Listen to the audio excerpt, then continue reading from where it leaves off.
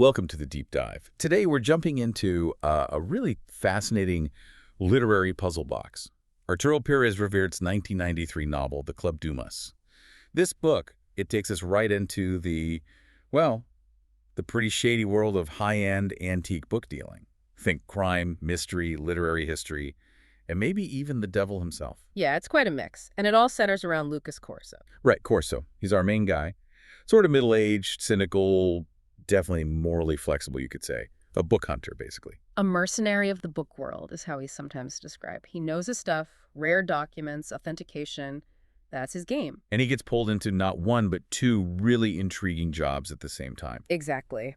First, he needs to check if this partial manuscript by Alexandre Dumas, Père, is the real deal. Could be part of the Three Musketeers. Incredibly valuable if so. Okay, that's big enough on its own. But then there's the second job. A very wealthy, slightly creepy collector named Varro Borgia hires him to track down the only authentic copy of this legendary occult book, a fictional one, mind you, called De Umbrarum Regni Nova Importis. Of the 9 doors of the Kingdom of Shadows.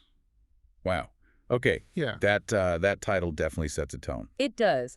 And the story behind it is that the 9 doors supposedly holds the key, the actual instructions, for summoning the devil. Seriously. Summon the devil. That's the legend. And its supposed author, Aristide Dorkia, well, let's just say the Inquisition wasn't a fan. They burned him at the stake back in 1667. Okay, so Corso's juggling a potentially priceless classic and a supposedly cursed demonic text.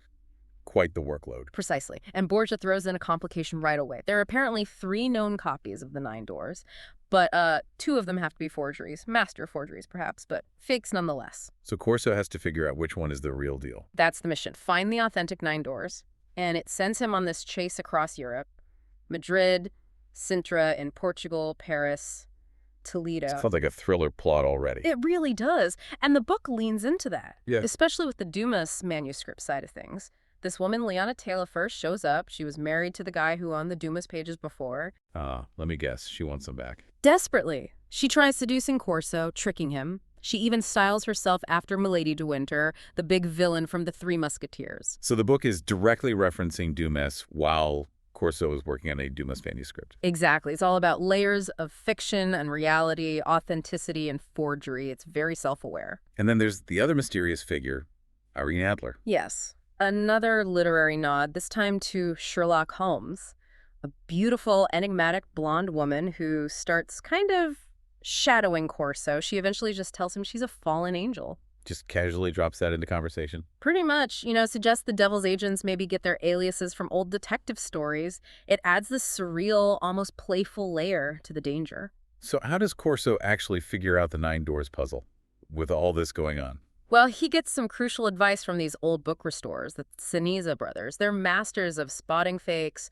understanding paper, ink, binding, the craft of it all. The technical side. Right. And armed with that knowledge, Corso looks closer at the 3 copies of the 9 doors. And he has this breakthrough. It's not the text that matters most. It's the illustrations. The engraved plates. The pictures. The pictures. He notices tiny differences between the plates in the 3 books. And crucially, some plates in each copy are signed with the initials LF.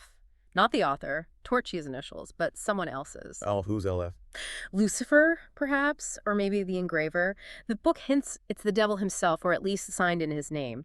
Corso realizes that if you gather only the plates signed LF from across the 3 copies, you get a complete set of 9 unique images. So the real instructions aren't in any single book, but scattered across the fakes, marked by this LF signature. Precisely. The 9 illustrations signed LF are the ritual. The true secret isn't the original cursed text, but this hidden layer created within the forgeries. That's brilliant. So the ultimate secret is actually a forgery, or hidden within forgeries. Kind of turns the whole idea of authenticity on its head, doesn't it? It really does. So what happens when Corso confronts Borgia, the collector? Well, Borgia thinks he's got the complete set of LF plates now, thanks to Corso's work, and he tries to perform the summoning ritual. And does it work? Does he summon the devil? It goes wrong. Spectacularly wrong. He screams in agony. Corso realizes, maybe because of the warnings he got from the Ceniza brothers about the subtlety of fakes, that one of the plates Borgia used, it was still a forgery, a fake LF plate. Wow. foiled by a fake within a fake. Exactly. So Corso just leaves them to it, walks out, meets Irene Adler, the fallen angel, outside, and basically says they'll, get the devil they deserve. A very noir ending. Very. And that really speaks to the novel's whole approach. It's deeply postmodern. All these references pile on top of each other. Dumas, Sherlock Holmes, but also Moby Dick demonology texts like the Malleus Maleficarum, Paradise Lost. It's not just name-dropping. No, it feels like the book is suggesting Corso himself is navigating his life using plots and characters he's read about. Reality is shaped by fiction. And many people might know this story or part of it from the movie adaptation, right? The Ninth Gate. Yes, Roman Polanski's film from 1999 with Johnny Depp as Corso. How does that compare? Well, it's interesting because the film, it pretty much cuts out the entire Dumas subplot. It focuses almost exclusively on the hunt for the Nine Doors. Really cuts out Milady de Winter and the authentication. Mostly, yeah. Yeah. Which leads to a final thought for you, the listener.